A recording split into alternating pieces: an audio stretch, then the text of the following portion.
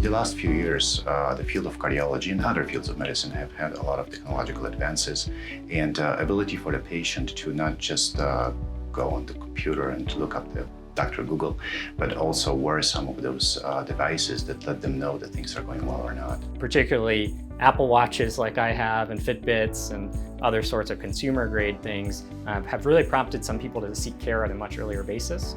One of the major causes of strokes in people that don't have any apparent risk factors is an abnormal heart rhythm called atrial fibrillation.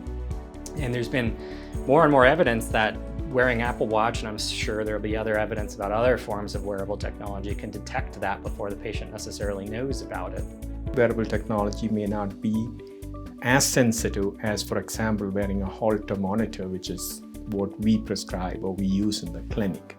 So it does have a role in helping with the diagnosis or in later stages in helping to guide our treatment. And it can also be useful to reduce testing. I get a number of people referred for a concern for a low heart rate that they got seen in an office visit or on one EKG, but then they come in with their wearable data from home, and it's clear that they have a normal range of heart rates. It gets up appropriately when they exercise. It goes down appropriately when they're asleep, but that prevents the need for further testing often.